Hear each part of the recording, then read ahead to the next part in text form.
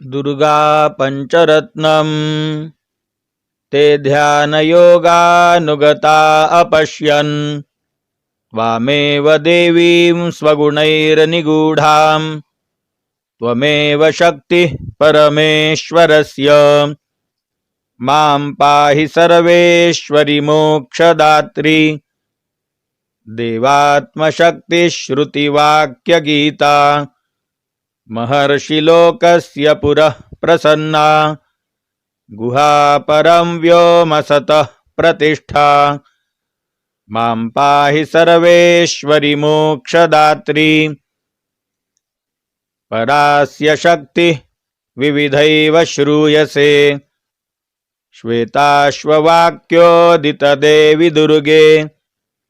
स्वाभाविकी ज्ञानबलक्रियाते मां पाहि सर्वेश्वरि मोक्षदात्री देवात्मशब्देन शिवात्मभूता यत्कूर्मवायव्यवचो विवृत्यां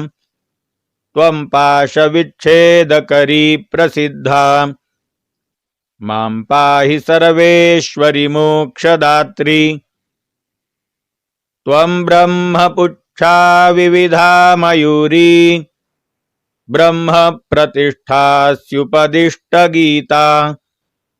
ज्ञानस्वरूपात्मतयाखिलानां मां पाहि सर्वेश्वरि मोक्षदात्री श्री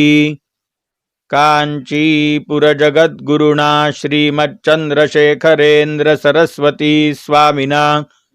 विरचितं श्री दुर्गा पंचरत्नम श्री दुर्गार्पणमस्तु।